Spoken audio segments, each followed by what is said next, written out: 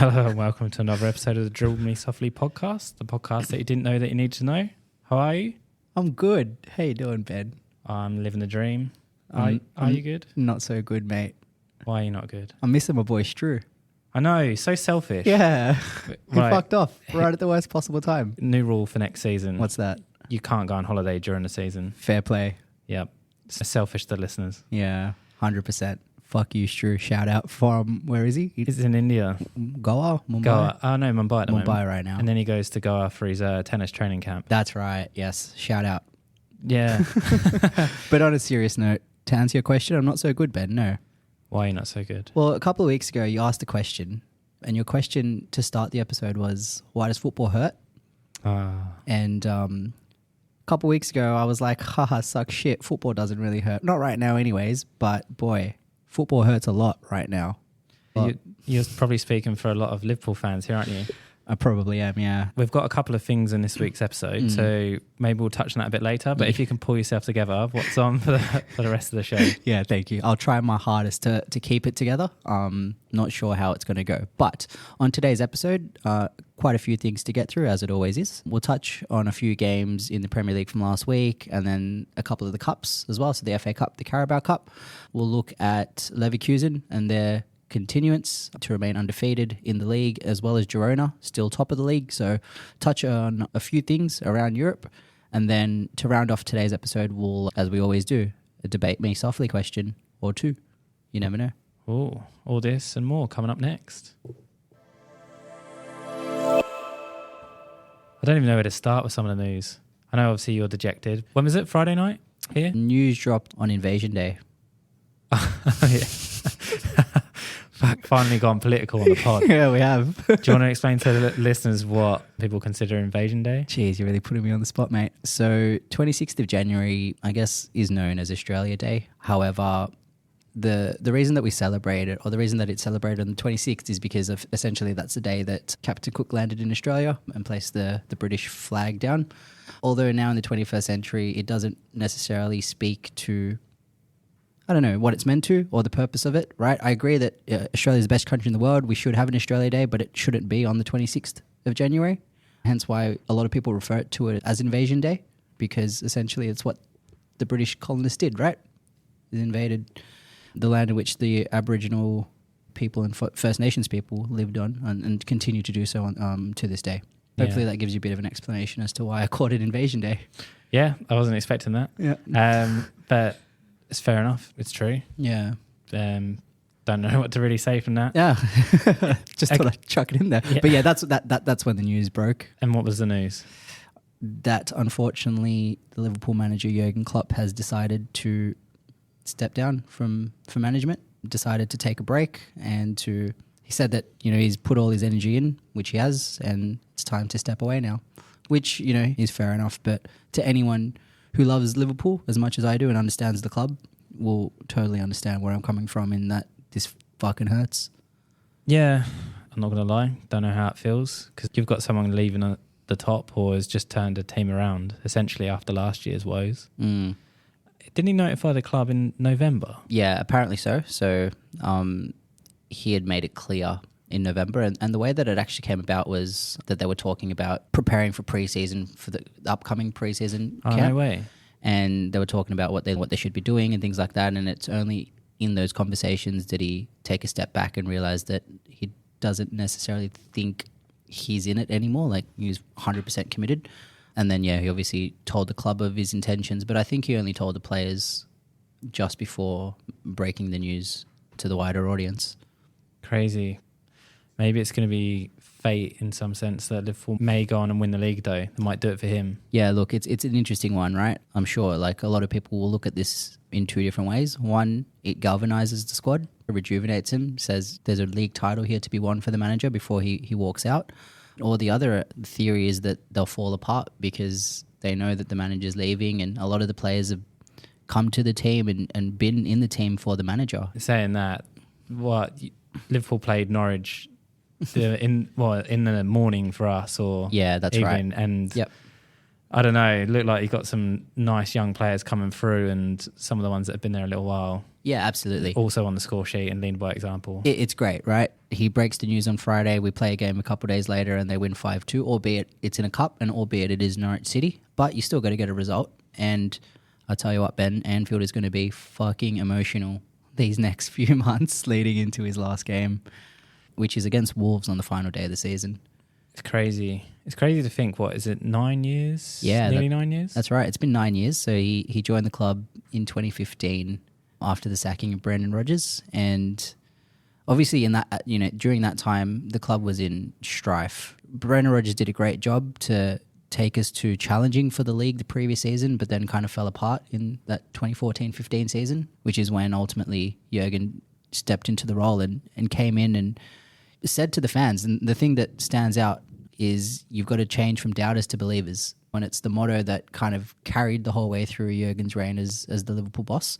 And it's exactly what he did. He said, in 4 years, I'll guarantee you a league title. He did that.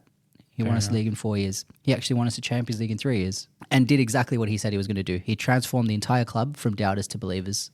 It's pretty impressive. It's been a solid 9 years. I think we're kind of at an end of an era here as well, because like the next longest serving manager in the Prem will be Pep. It's kind of weird. But it also doesn't feel like 8-9 years has gone by this quickly. Yeah, I tell you what, it's flown by, hasn't it? And also because we've been blessed to be in probably the strongest era of the Premier League history, right? In the Klopp versus Pep battle of Liverpool and Man City. Well, we've had Klopp versus Pep. We've had Wenger come to an end. Yep. We've got Conte. It's come through. Yep. Mourinho came and went a couple of times over in that time. Tuchel winning the Champions League. Yep. Maybe the tease right now. Yeah. So we're gonna, in the debate me section, we're gonna go over top 5 Prem. Yep. That's going to be an interesting one, isn't it? Yeah. Over the last, since the turn of the century. Correct. Yeah. It'll be interesting. Maybe it'll be something the listeners can give us some feedback on as well, or give their top 5. Speaking of other interesting things, I don't think we did anything to jinx Jurgen or to make him walk away, but Caroline's brother, for instance, messaged me when he found that Klopp news and asked if we're coach killers because Mourinho got sacked. Honestly, if we are, then let's never do a podcast again, mate. But also Xavi. Yeah, big news out of Barcelona as well, huh? That's mad. I know we were fucking around debating about him going, but it's crazy to think he won La Liga. They're not last season. Yeah, last season. I know they lost at the weekend. We'll touch on La Liga then. Yeah, but his comments around it. Have you seen them? I have. I've also seen him say things along the lines of, even if he wins the Champions League, he ain't staying. Yeah, well, I think he's mentally cooked, isn't he? Is that what it is? Because it's, we just spoke about Jurgen and 9 years in the job, and Pep's obviously now in the City role for 8 years, but they've both managed in other places even before City and Liverpool and have done it over a very long period of time. Xavi hasn't been in management for as long. So is that the reason that he's stepping down? Is it similar to Jurgen, or is there anything else that I'm missing? Well, it's quoted saying, in Barcelona, you always feel like you're not valued, you're mistreated. That's how the club works. From a mental health level, it's tough too. I'm a positive guy, but the battery levels keep running out. And at some point, you realise there's no point in staying. It's very interesting. And he's speaking about the club that he played for, the club that he loves. And he talks about the value, which is very interesting. It's so sad that you could actually feel like that. They made an effort to say, you're here and you're going to bring these next generation of players through, and they've backed him, kind of. I guess they have backed him. Yeah, but they've also brought in a hodgepodge of players at the same time as well, haven't they? They have. And the recruitment cycle at Barcelona has been somewhat of a joke over the last 5-6 years. I think we've spoken about it previously. You can almost dumb it down to the Coutinho transfer as the turning point of when things ultimately went to shit with Barcelona. It's crazy. That actually does feel like a lifetime ago, though, because that guy has bounced around. 100%, yeah. Do you reckon we're in for like a coach merry-go-round or a manager merry-go-round very soon? Yeah, almost, Ben. It kind of feels like it's heading towards that. It happens always, like constantly, merry-go-rounds with transfers and managers. It's a lot. But I think where we're kind of moving to now is the quality of the managers that are available, because ultimately, I don't want to put Xavi in the same category as I would a Jurgen or a Mourinho, but there's two huge names that's available on the market now, essentially. I know Jurgen's talked about stepping away for at least a year and never coming back to an English club because of his loyalty to Liverpool, but it's not to say that international teams may not want his signature, or teams outside of the English game as well within Europe. Be very interesting to see what happens. Yeah, I'm really curious to see if he ends up in Spain or if he ends up in Italy. I don't know if I could ever see his face as the PSG manager. Nah, I think like Jurgen's a very emotional guy as well, and he needs an emotional club. Dortmund was that emotional club, as is Liverpool. I don't know. Have you met the Parisians? They're emotional, but they're stupid.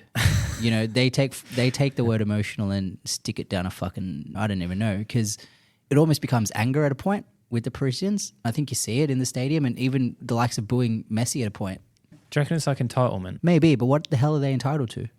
I don't know. Nothing, really. Exactly. Like maybe, yeah, sure, you win the league every year in your country. Maybe there's a sense of entitlement there. But in Europe, they have no pedigree at all. I did see that, was it Luis Enrique, the PSG manager, said that, well, he didn't give any comment actually about the Barca, if he would take the Barca role. Yeah. Which I thought was quite interesting to see. He did win the Champions League with them. It was 2015, he was the manager, Luis Enrique. Yeah.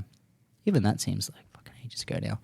I guess he still had part of the golden generation Sure. though, when he was a manager there, wasn't I mean, he had MSN.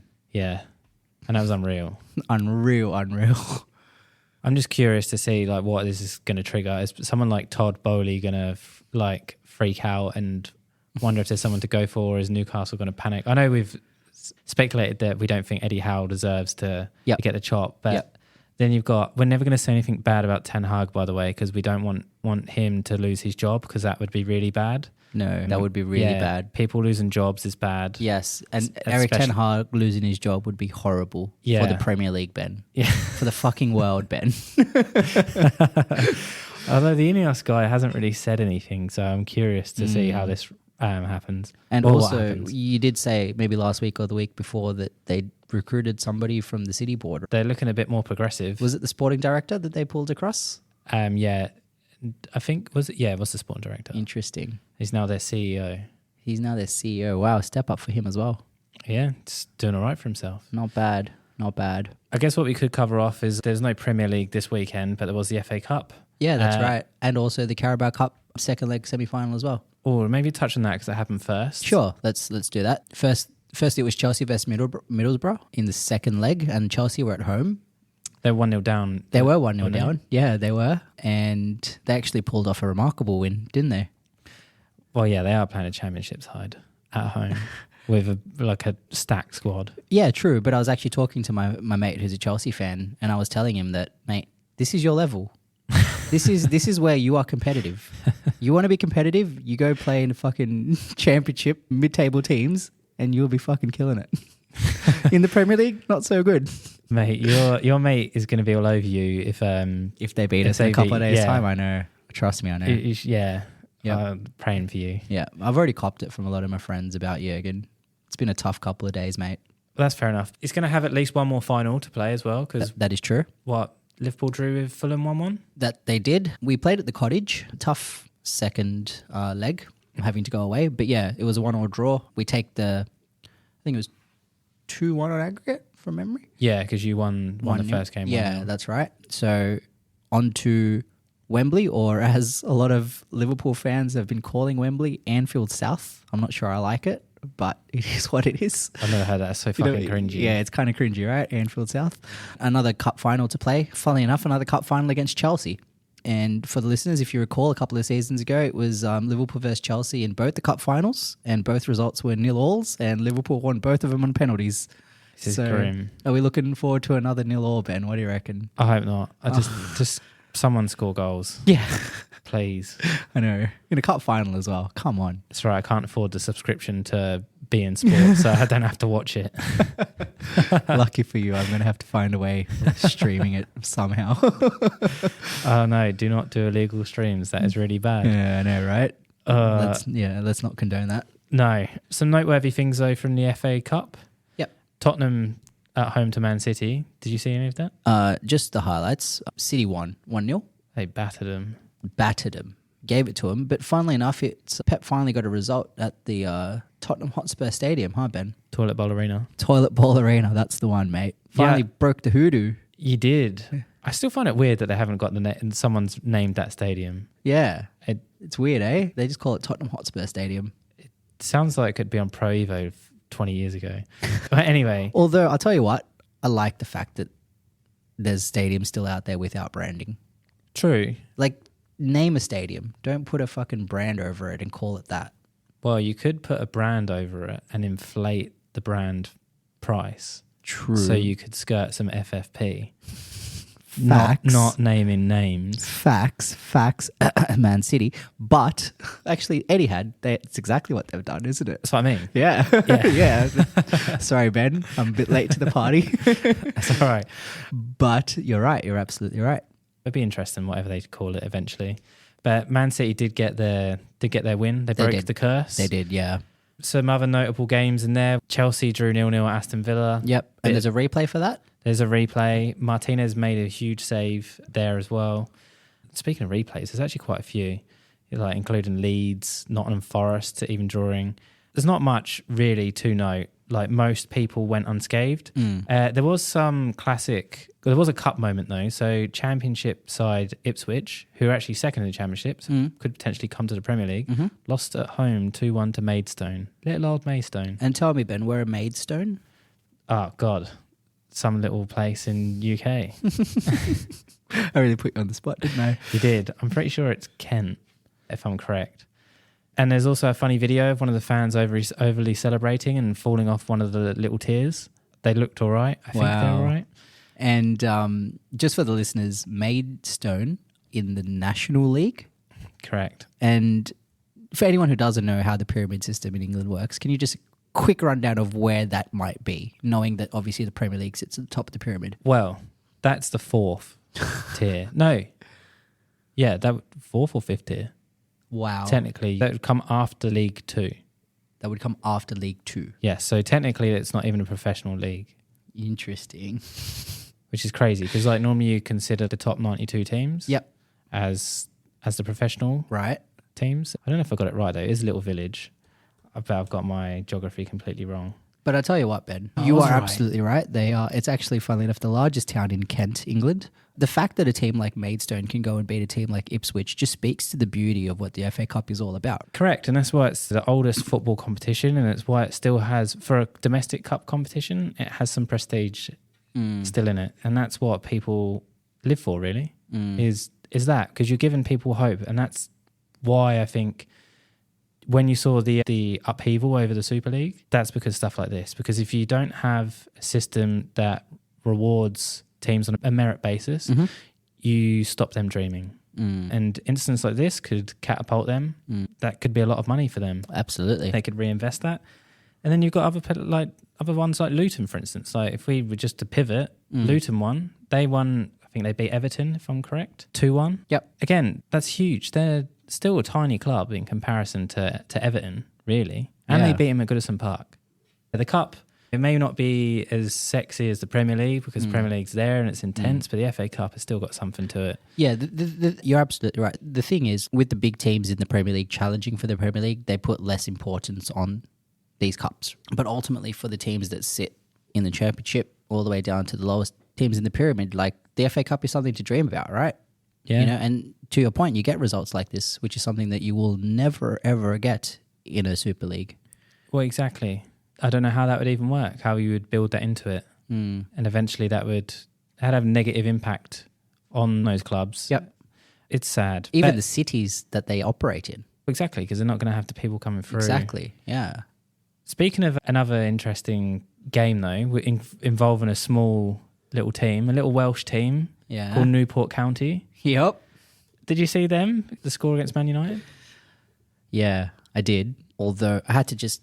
What are you doing? I'm scratching my eyes because I just had to make sure that I read that correctly because I almost thought for a second it was Newport County 4, United 2. No. But it wasn't like it was Man U running away with it because Man U went 2-0 up and then they got pegged back to 2-2. That's right. And they were 2-2 at one point, right? Yeah. Before a goal too. How? Well, Who scored the goal? fidget spinner. Anthony. This one's for you, Mr. Anthony. I can't do it. We have to. I can't do it. Well done, boy. Well done.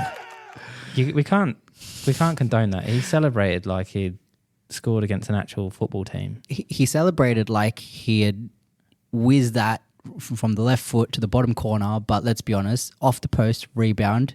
I'm surprised he even hit the back of the net, Ben. To be fair, like, fair enough, he managed to react quickly enough to it. I'm still staggered by the fact that they had 17 shots. Newport County, little old Newport County, from a little Welsh town in Wales, had 17 shots, 7 of which were on target against Manchester United. Insane. And then the score only looks that little bit more respectable because Hoyland scored in the 94th minute. Yep. But up until then, it was all to play for. Yeah. Yeah. Which could be the magic of the cup.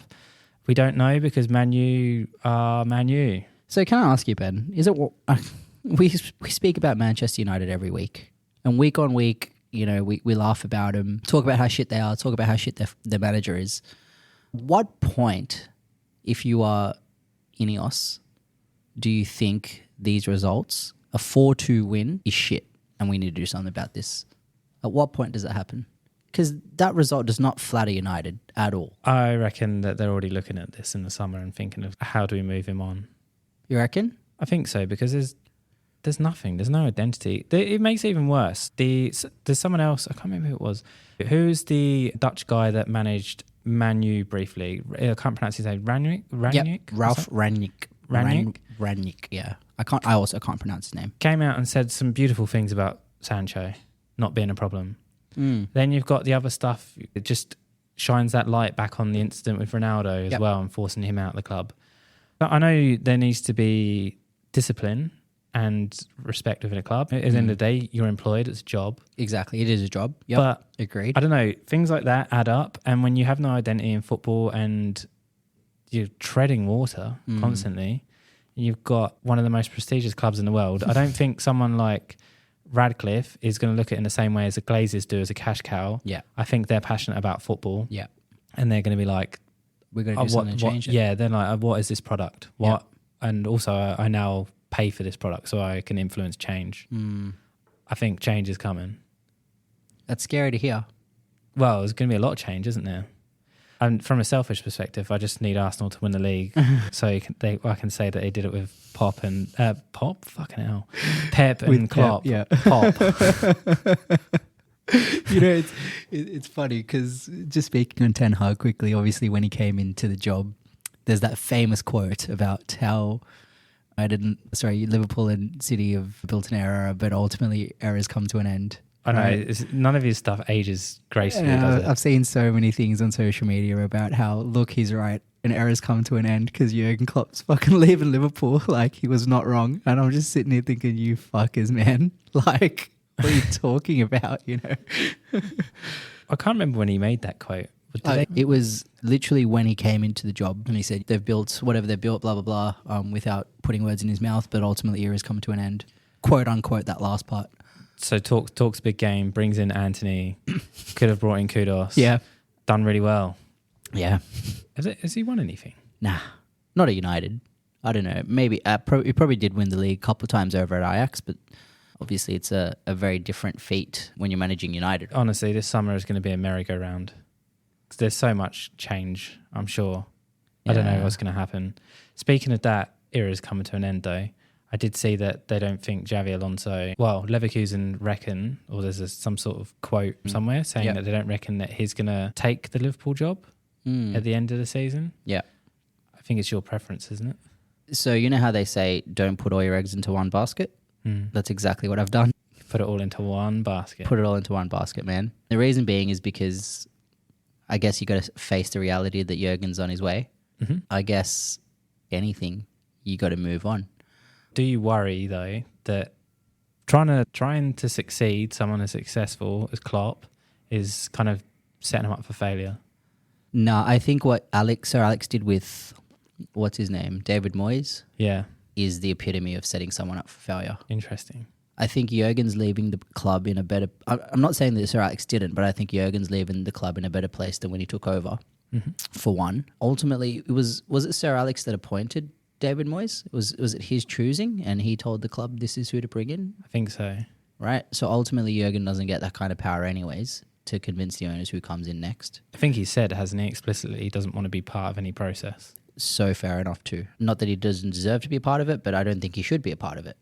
Right? That ultimately sits with the board and the owners, and that's who should decide.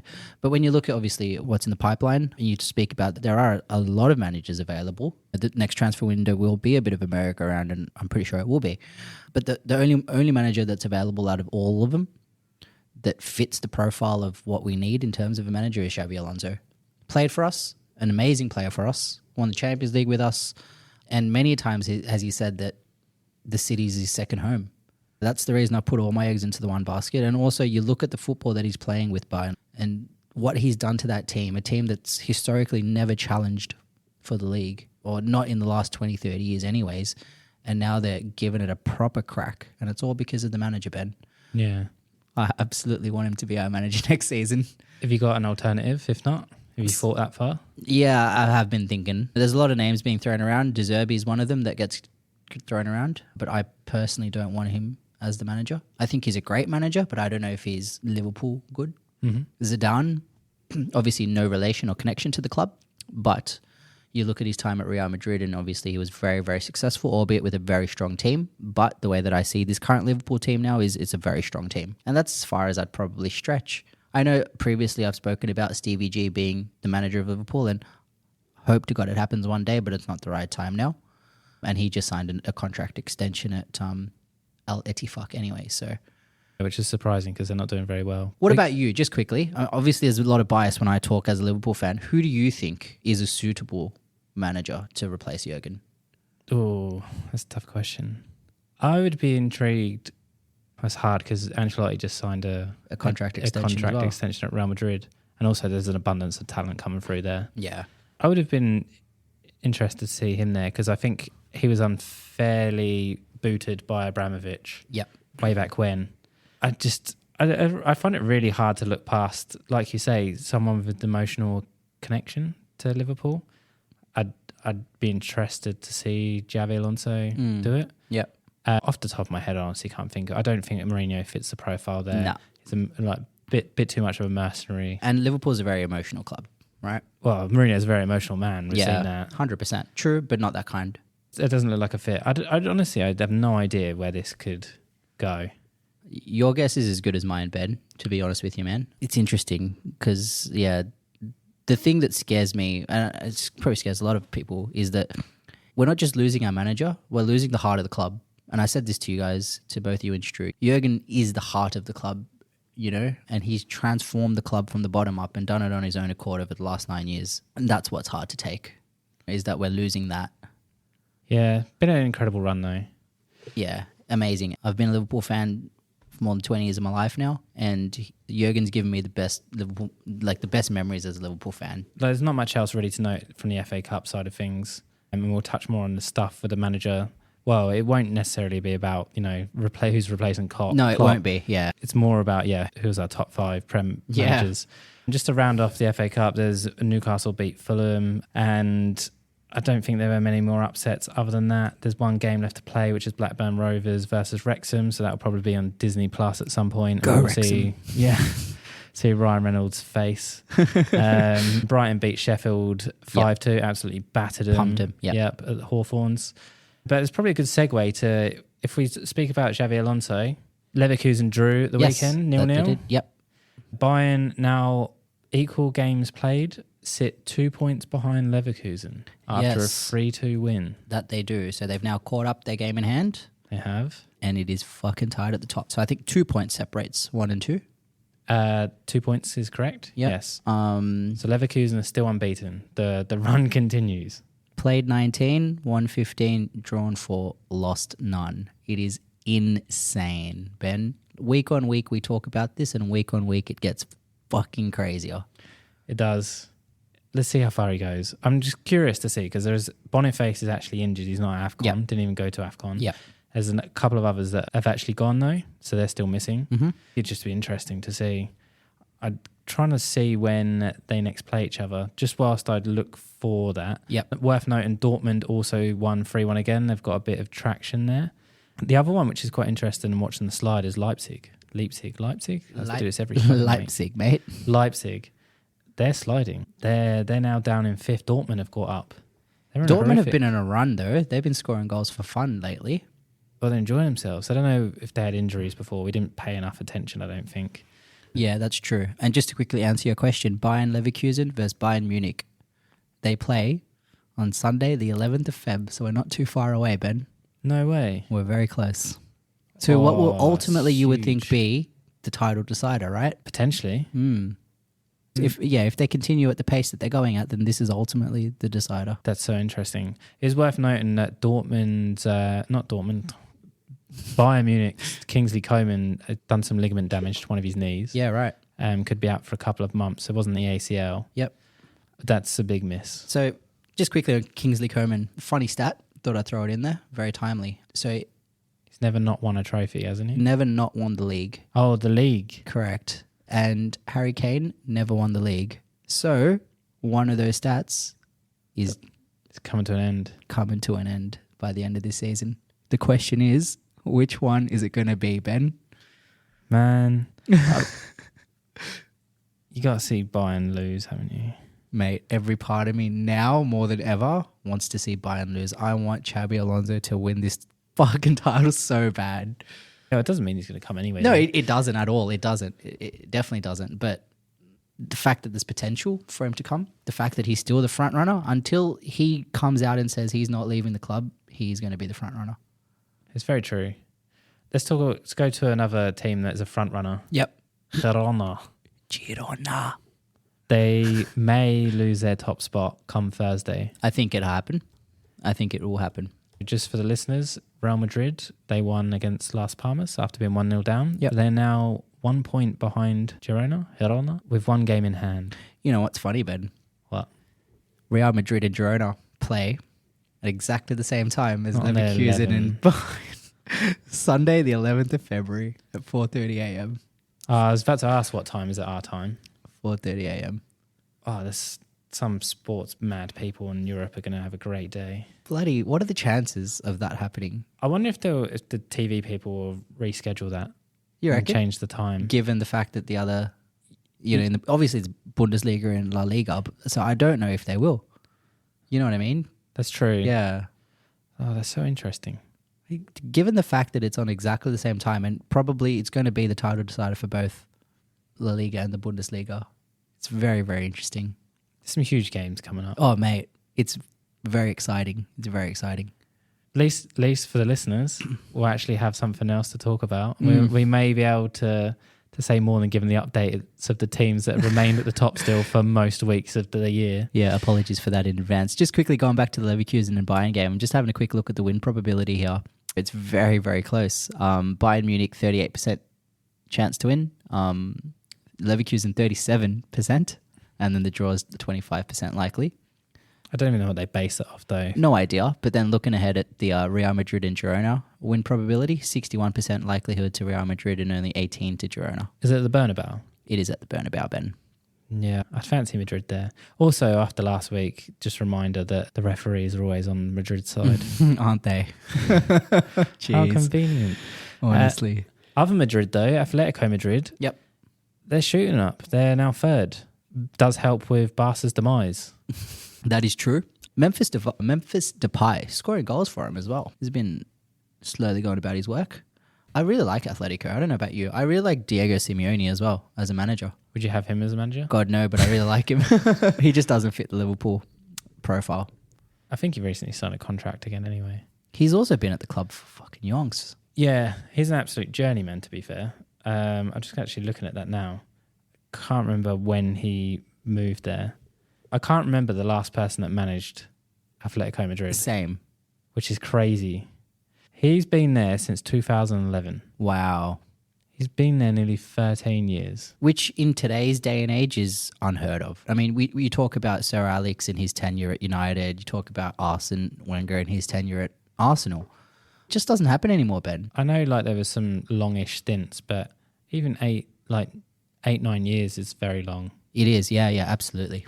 100%. In today's day and age, especially with the revolving door that is management. Yeah. People come and go like no tomorrow. And you just got to take Chelsea Football Club as your prime example for that, and it will prove the point. The proof is in the pudding there.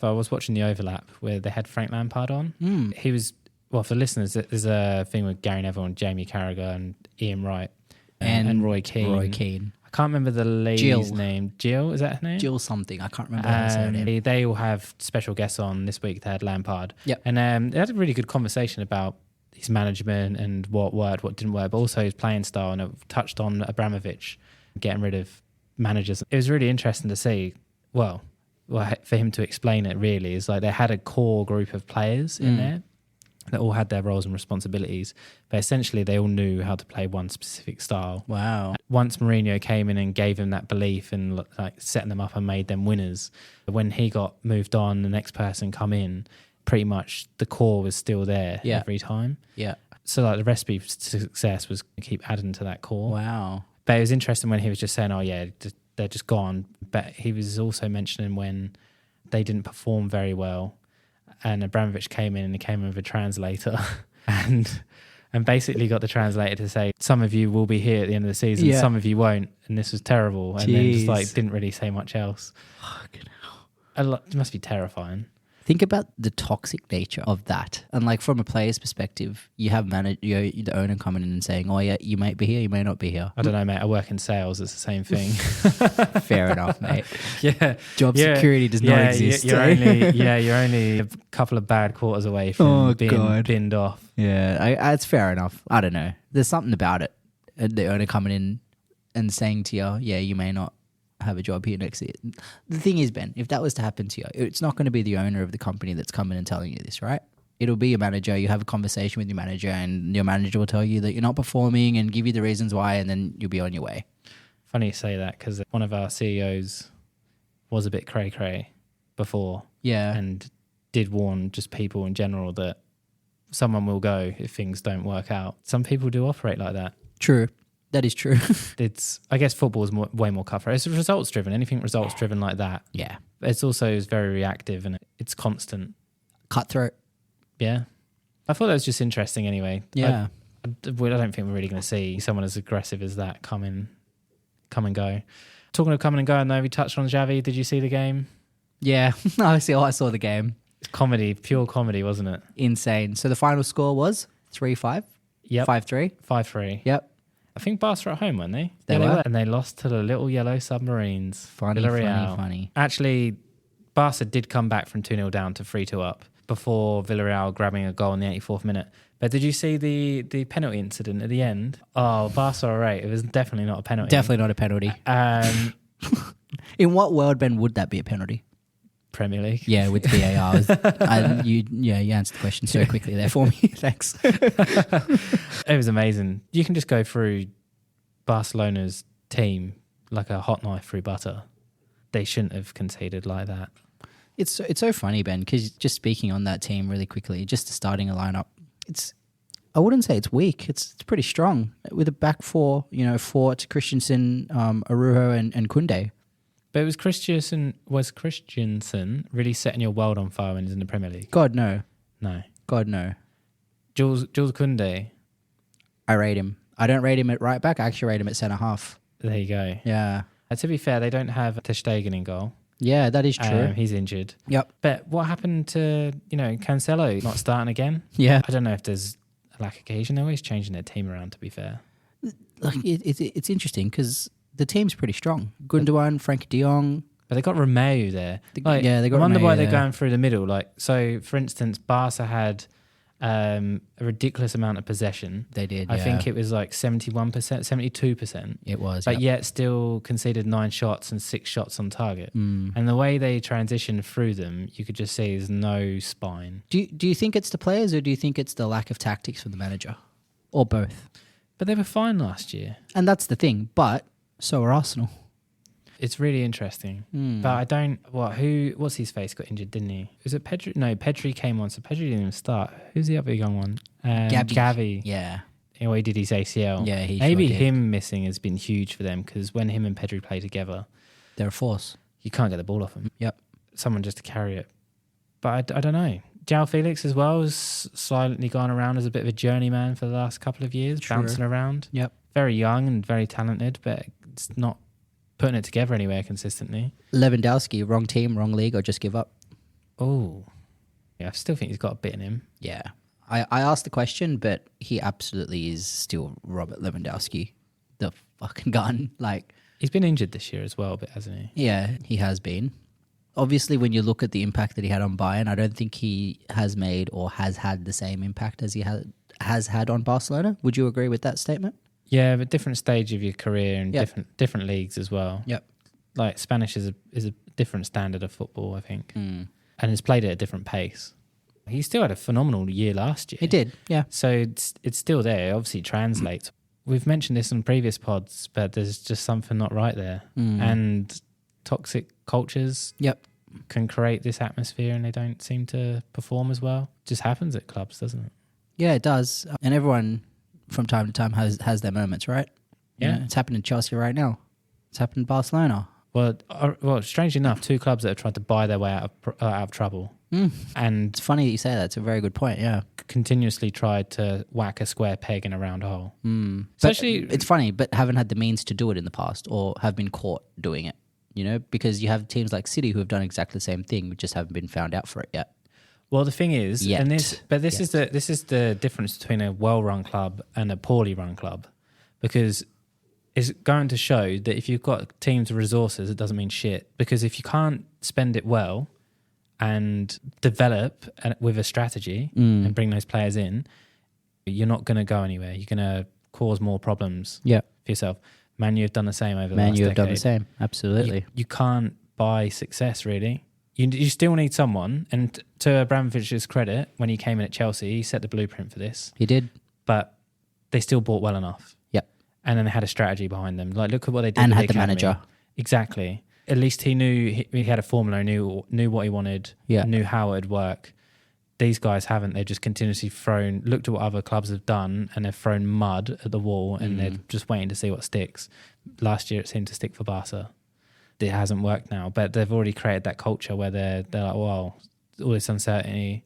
You got Javi saying those things. Whatever I do is never going to be good enough. Yeah, it's crazy.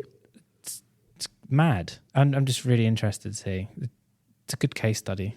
Yeah, you're not wrong. We've gone on many tangents, so should we park it there? Yeah, because we've got a mega debate coming up. We sure do, mate. So let's park it there and we'll be back in a sec. All right. See you then. Sounds good.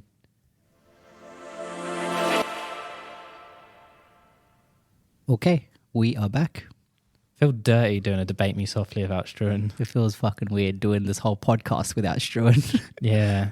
Not that I don't enjoy your company, it just feels weird without him. I know. It's like we've always got him sat there fiddling with stuff. Yeah, exactly. 100%. Or eating lollies or doing some bloody weird shit. Also, very tired from looking up stats because it's normally He's Stru is our stat man. Yeah, he's definitely the stat man. Hurry up and come back, bro. Far out. Listeners, says 3 more weeks. Yeah. There's 3 episodes of us and then he's back. Not that we're counting, right?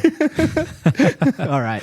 Should we get stuck into it then, Ben? Let's do it. All right. So debate me softly time. It's an interesting one. So obviously this episode, we've spoken a lot about managers, about management. A lot of it has obviously stemmed from 2 big managers saying that they're going to be leaving their respective clubs at the end of the season. So obviously we've spoken about Jurgen and Liverpool and then Javi and Barcelona. So Ben, the question or the statement or whatever you want to call it for today, it's a bit of a tough one because what I want us to do is have a debate / rank the best managers in the Premier League history. But we've done some pre-work, haven't we? A little bit. Otherwise, this could have gone into 1,000,001 different rabbit holes. Probably still going to go that way. So, in saying that, what are our qualifiers in determining, I think, the 10 that we've selected? Correct. So to discuss? The 10 that are up for debate, the qualifier is that they must have averaged at least 1.8 points or more Yep. on average and play Per game. per game Yep. and have managed at least a season and a half. Okay.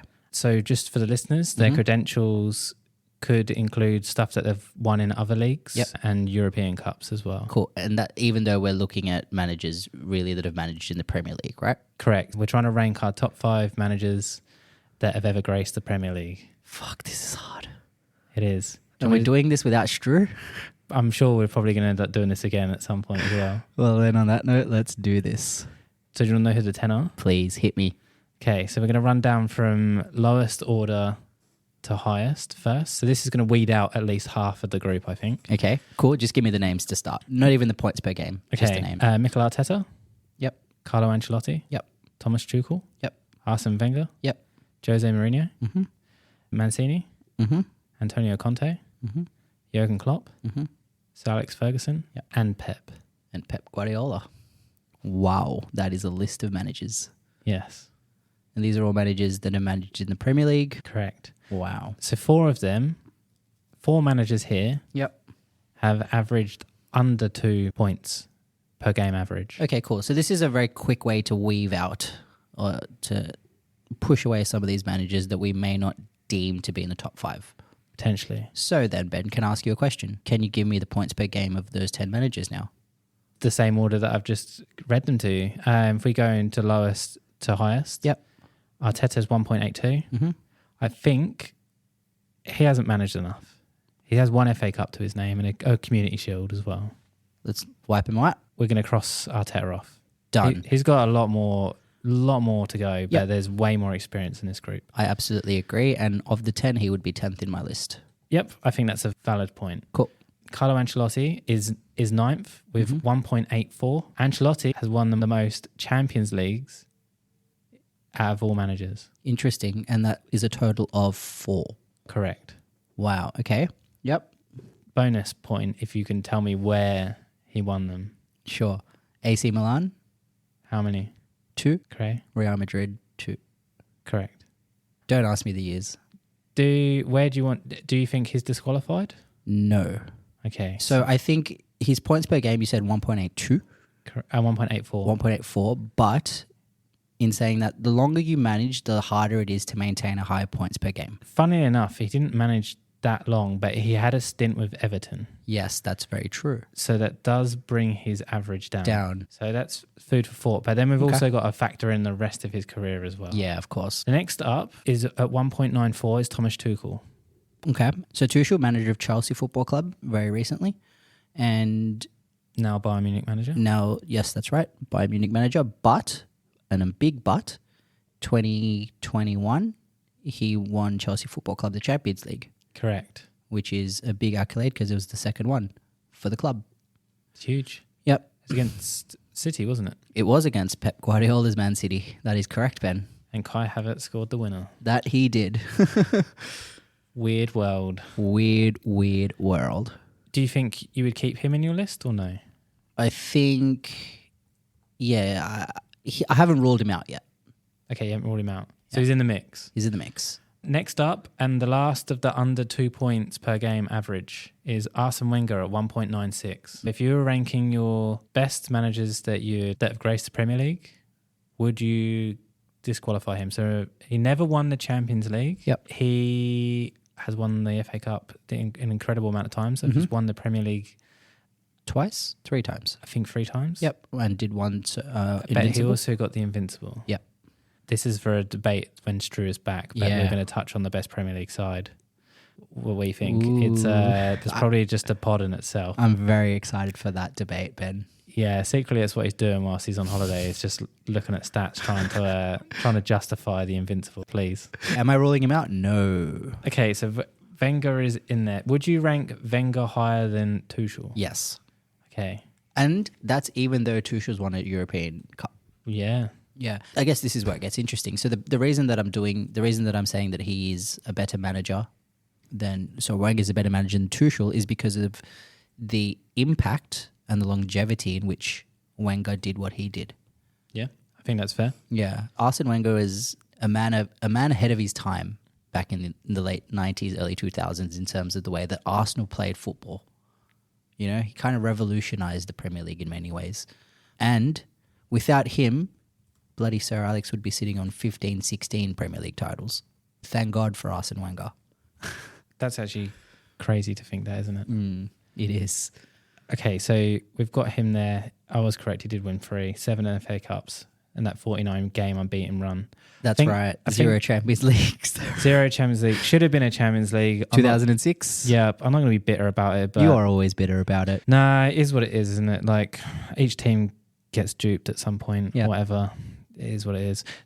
One of the more crazy things was when Thierry Henry didn't win the Ballon d'Or, Yeah. which is insanity. Who did win the Ballon d'Or in 2006? Nevid. Wow. Yeah, because I think Juve technically had more success. Okay. And then Italy. But the numbers didn't compare with the goals and assists of Thierry Henry. Yeah, okay. 2006 was the year that Italy also won the World Cup. Wait, 2006 wasn't a year that Thierry Henry should have won the Ballon d'Or, I don't think. I think it was like 03, 04. Oh, okay. No. It was, this was well before the... this is before the Champions this was his League, Arsenal days. Yeah. I was just thinking like more of the injustice side of things. Mm-hmm. Okay, so if we go back to our list, so Wenger is still in and you've got him above Tuchel. Correct. Okay. Where does Carlo sit though? So this is where it gets really hard, Ben. I would rate Carlo ahead of both Tuchel and Wenger. It really hurts. It does for you, I'm sure. But I can't disagree though. I was going to ask you, what do you think? I can't disagree. The 4 different Champions Leagues. I like fair play that he tried at Everton, by the way. Like, I'd prompt money talks. Money talks. Would be really nice. Yeah. It's so hard. When you say the style thing, he was ahead of his time and the way the Premier League was, especially from, just before the 2000s, it's unreal. But after that, a whole lot of nothing really happened. Exactly. And some of that is to blame from his own standpoint of trying to run a club without spending any money. Yeah. So, sorry to interrupt, Ben. If, let's say, Wenger decided to retire in 2010, would that have changed your outlook on the man and the manager of the club? Because you talk about that period of nothingness, and it was a long period of nothingness. Sadly, it's so subjective though, isn't it? Because you don't know what he would have went on to do afterwards and like how much energy he had left in the tank. That's true. Because especially those last few years, it just kind of faded out, eh? Yeah. Yeah. And that's what I was trying to say in the first part of the pod when you were on about Klopp. You're leaving on a high. For me, when Wenger went, I was sad because it's all that really knew as an Arsenal fan. Yep. But I remember I used to think growing up, my God, he's named a football club after him. Yeah, obviously before realizing, it's quite funny. It's almost like a dictator. You know what I mean? Exactly. Yeah. Yeah.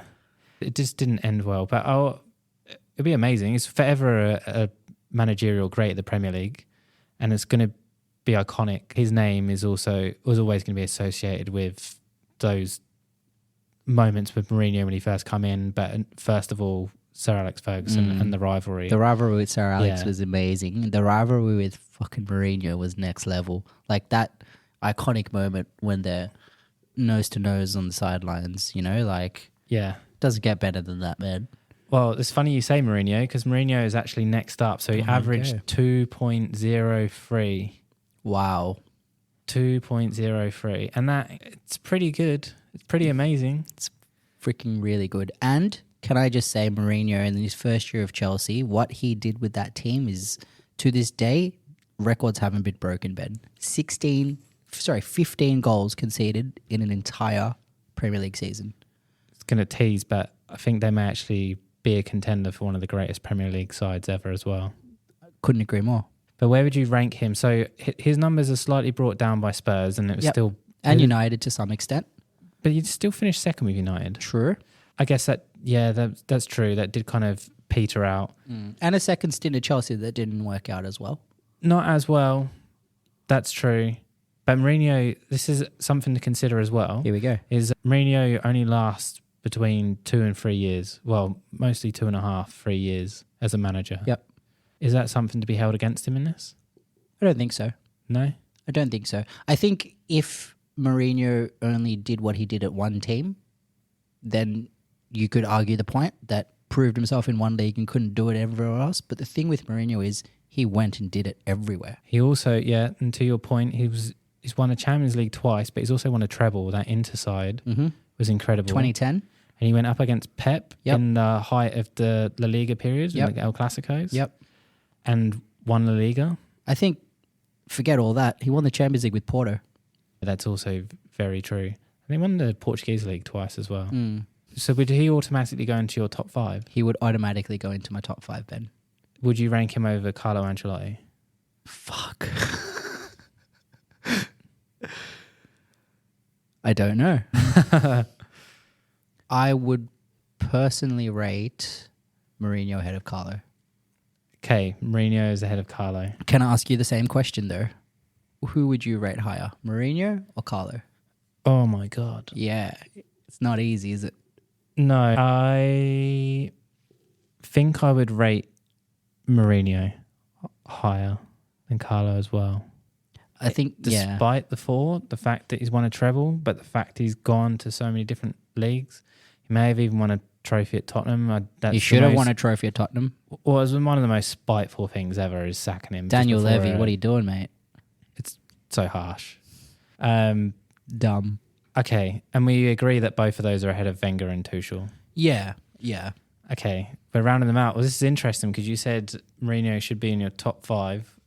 So either Carlo is 6th or he's in there somewhere. Interesting. Yep. So I think there's someone else that we're probably going to be able to decide on quite quickly here. Yep. Is Mancini. So he averaged 2.05. He was the one that won the Premier League with Man City. Yes, as well. City's first Prem. Exactly, the iconic moment we've talked about numerous times on the pod. The most iconic moment. Let's face it, he's not won a treble. He's not won a Champions League. No. He did win the Euros. Yes, that was with Italy. That's true. Yep. But So we're talking about a manager who's done it now on the international and domestic level, right, Ben? Correct. But would you rate him higher than Tuchel or Wenger? Just based off accolades, no. Yeah, because I wouldn't be able to put him over. I wouldn't put him over Wenger. And maybe there's a bit more recency bias with Tuchel, but he still won the Champions League. True. I guess the other thing is with Mancini, we've spoken about managers and the impacts that they've had on clubs, right? Mancini took City to their first Premier League win with obviously that iconic moment. But, and it's a big but, the impact that he had on the team and the club, I don't necessarily think was as big as some of the other managers that we've spoken about. So we're putting him, he's out. I'm putting him out.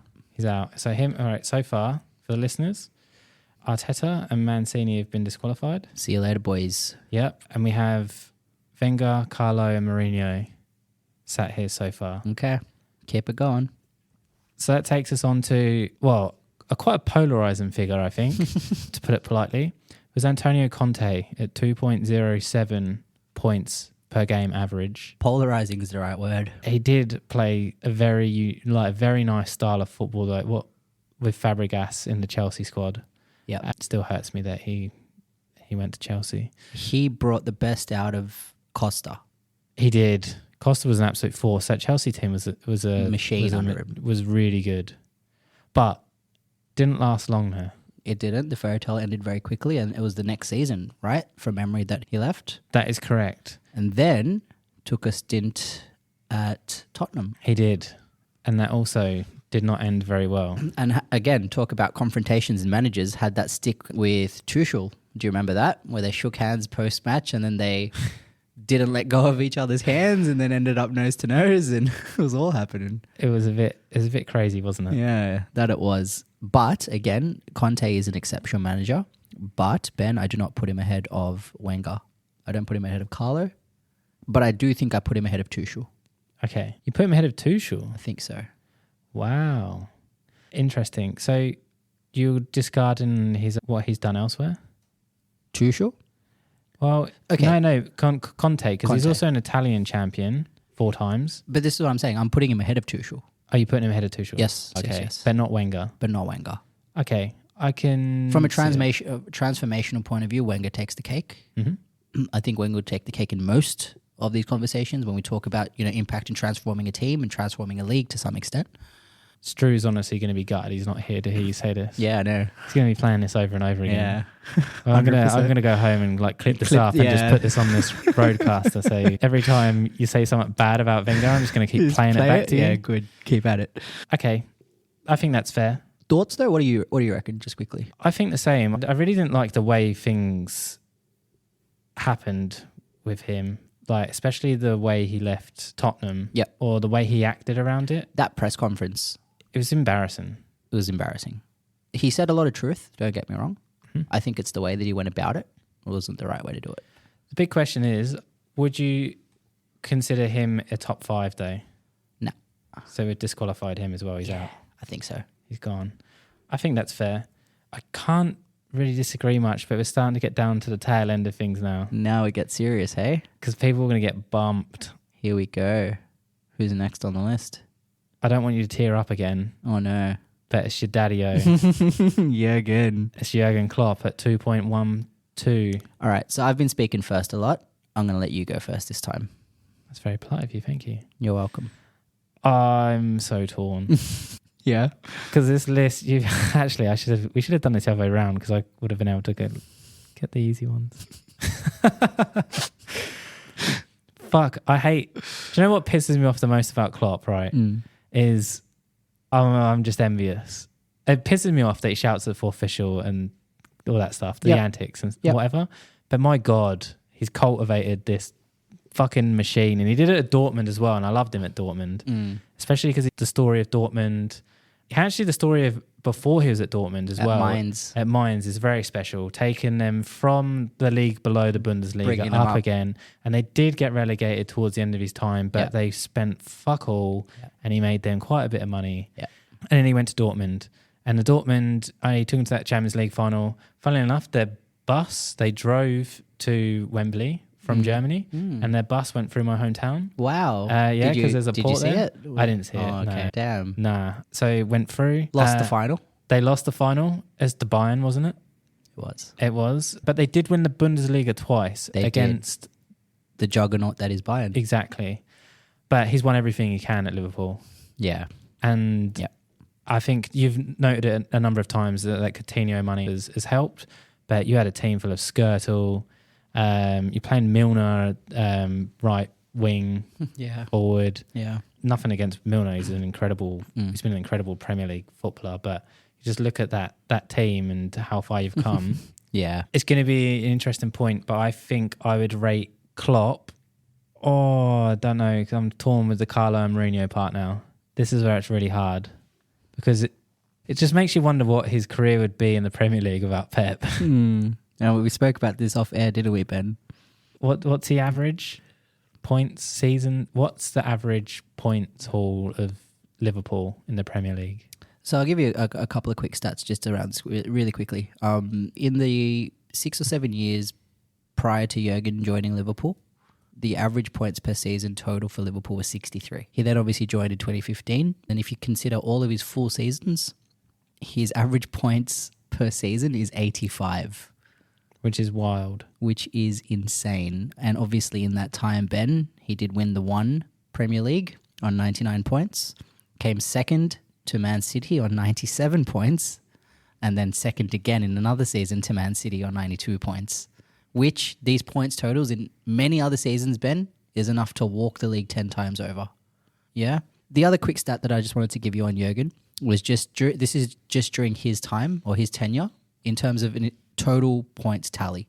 Okay, so during his time at Liverpool, Man City have collected a total points tally of 716 points. Liverpool second on 671 points. So we're talking about a difference of about 40 or so. The next highest under Liverpool in that time was Tottenham on 583 points. So we're talking about a difference of 90 between Liverpool and Tottenham. So Jurgen's Liverpool and then all the managers that Tottenham had in that time. The reason that I just want to point these two stats out is because when I spoke about previous managers, the thing that I kept referring back to is transformational and impact. And obviously, when you talk about who's the best manager of Premier League history, or you talk about who's the best manager of all time, or any of these conversations, it is completely subjective, Ben. There is no right or wrong answer, and everyone is entitled to their own opinion. My opinion on who the best manager is based off a few of these points that I've just said. And bias aside, this is why I rate Jurgen second in my all-time list. Oh, wait, you're just going to go and fucking lob him in there? I'm going to chuck him straight in there. We're going to have to create two different lists here, aren't we? So, let's change things up a bit. Who am I putting first and third? Who are you putting first? I'm putting Pep first. Sir Alex third.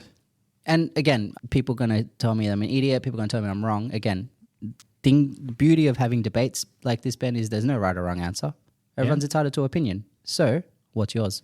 Well, let's round this off then. Sir Alex Ferguson, 2.16 amazing points per game. Over how many years? 20 plus? Yeah, 49 trophies. Amazing.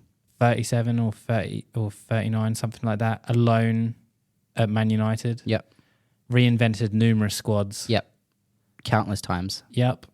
But But had a backbone. had a backbone. Yeah, the backbone of the team remained relatively consistent the whole way. I mean, not the whole way through, but for a majority of his time at United. Kinda. There was a period where And then, Scholes yeah, retired and he came back though. There was, yeah. And then I guess the thing is, he just knew how to complete the team he knew how to use the team that he had. But is that something else into it though? Because he was ahead of the curve where he could transition teams. Because he went from Schmeichel to Van der Sar. Yep. He went from Yapstam to Vidic Yep. and Ferdinand. Yep. You know, he was ahead of the curve on Beckham, get Ronaldo in, Cantona, Wayne Rooney, or Dwight York, Andy Cole. Like they've ended up with Wayne Rooney, Robin Van Persie. Like he was so tapped in to where the strengths and weaknesses were or the potential vulnerabilities that it rarely got to a point where something happened where the whole team needed rebuilding or they had a complete write-off. They never missed Europe with him there. Like, and they won the treble. For me, personally, I've just talked myself into this because I was on the fence for this. You're putting him number one. Fuck. I don't know. This fucking feels horrible. I need to go like shower for about 3 weeks. And Stru, you're lucky because this is tough. This is tough to do. My only other argument is, right, so I'm going to pencil Klopp is third for me. Yep. I thought he would be. Can I do a tie? No, that's cheating. Okay, because all right, I'm tossing up between top two is Sir Alex Ferguson and Pep. Yep. What I've just noted about Sir Alex Ferguson, the other one as well, so Pep, his points per game average in the Premier League is 2.34 per game. He, as we discussed in part one, has been at a club that does have a shitload of resources. Historically as well. Historically. At Bayern, at Barca too. Correct. But what he's done with them, and I think if he didn't create these styles of play, like, then we'd be having a different discussion. But he is so inventive. Tiki-taka, again, referencing the overlap. Lampard was on about how Chelsea tried to change their identity because of Pep's team, because they were playing this style of football. Didn't work for that group of players. They ended up reverting back to what they know. Bayern, again, they didn't win the Champions League under him, but I think they came close several times. Didn't make a final though. But what are the two things that he didn't have? Bayern. I'll give you the answers. The first one, Lionel Messi. The second one, There, but I mean, in terms of what he's I'm telling you done- this, and I said he's my number one, right? So, yeah, I know what you mean. Yeah. I think if it wasn't for the fact that everyone started playing out from the back in the Premier League and all of a sudden went from mega intense direct football to look at what the Premier League is now. Tactical. He's a tactical genius. He's a mad scientist. Like you say, he's got all the resources at his disposal. He is a mad scientist. You're right. He is a mad scientist. Sir Alex Ferguson was tapped in as fuck, but Pep is a mad scientist. Yep. Okay, I've taught myself back. I agree. Pep 1, Sir Alex Ferguson 2. Jurgen 3. Jurgen 3. Finish your 5. Jose Carlo. Wow. Wow. Yeah. Wenger? 6. In this list, yeah. I'm shook. Just we're going based off managers that have graced the Premier League, but also they've done things elsewhere. Fucking this list hurts saying this, but... Okay, so just on that then, managers who have obviously done their thing in the Premier League but managed elsewhere, okay? The managed elsewhere is key in ruling out in ruling out number 2 then. And Wenger for that matter. Yeah. Well, Wenger would be a lot higher. There would be 4th for me if that was... No. Or... Don't know how I compare him to Jose. No, actually, he'd be 4th for me. Jose would be 5th. If it was Prem only, and outside influence is not there, 100%. Okay, interesting. But what Jose has done elsewhere is insane. Yeah, and that's the thing. Quantifying greatness, you do it in multiple leagues. It's the same as players. You want a player to go and play in multiple leagues and kill it in multiple leagues. It's the reason why Ronaldo is a machine. He's done it in every league that he's gone to and ripped it. Well, that's what supports his legacy, right? Correct. He's done that. Yeah. So the same should be said about managers then. If we're just saying these are the managers that have graced the Premier League, not the Premier League all-time. All-time best managers. Yeah, that's right. Who would be your 4th and 5th? It's really hard. So obviously 1 is Pep, 2 is Jurgen, 3 Sir Alex in my list. And I'm going to change it. I'm going to say Jurgen 1, 2. I'm going to change it. So I'm going to say Jurgen's the number 1 for me. I'm going to say Pep's 2, and I'm going to say Sir Alex is 3. I'm going to say Jose is 4, and I'm going to say Carlo is 5. And that rounds up my top 5. So you're definitely going Klopp 1. It's obviously biased, Ben. I'm not going to sit here and tell you that he's the best manager of all time or the best managers ever graced the Premier League, in my opinion. Did he just text you and say, if you put me number 1, I'll stay? But I'm also so deep in my feelings about him right now. I keep coming back to it. Transformational, impact, and all the managers that we've spoken about in some way, shape, or form have made impacts on the clubs that they've been at. Liverpool were obviously pre-Brendan Rodgers, but Liverpool were on the brink of bankruptcy at one point. And this guy's made us one of the most successful clubs in the world. You know, that's as big of an impact as you're ever likely to see. And the thing is, right, obviously we can't really talk about it yet because he hasn't left the club. But Sir Alex did an amazing job at being United manager and then left the club and it went to... So future-proofing, future planning are very important towards the latter stages of your managerial career at a club. But we don't know that that's necessarily going to be the case. And that's what I'm saying. It's hard to justify that or use that as means of justification because it hasn't happened with Liverpool yet in a post-Jurgen world. Yeah. So you're sticking with Klopp 1. I'm going to get a belting from everyone listening to this podcast. But yes, I'm going to stick with Jurgen number 1 for the reasons that I've just stated. Deep down, in terms of if I took emotion out of it completely, Ben, then I would say Pep's number 1, Jurgen's number 2, and Sir Alex is number 3. But with the emotion and all the feelings that I'm in right now and all that crap, then I'm going to put Jurgen number 1. Okay. Yeah. If we were to do we've just done the top 5 anyway, if they were just Prem only. Can we shout out old mate Stru? Because I really want to know what his top 5 are. Yeah, Stru, and can you hurry up and text us and tell us what your top 5 are? Give us a top 5, mate. Yeah. Well, on that note, we should probably wrap up. I think we should, yeah.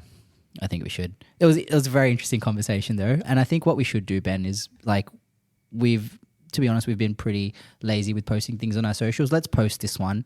Let's post all 10 managers and let's actually see what our listeners think of, where they rate from 1 to 10 those names that we just went through. Yeah, I think that sounds good. Let's do it. And then we can recap that and more next week, I guess. Sounds good. Well, I guess time for goodbye. Goodbye.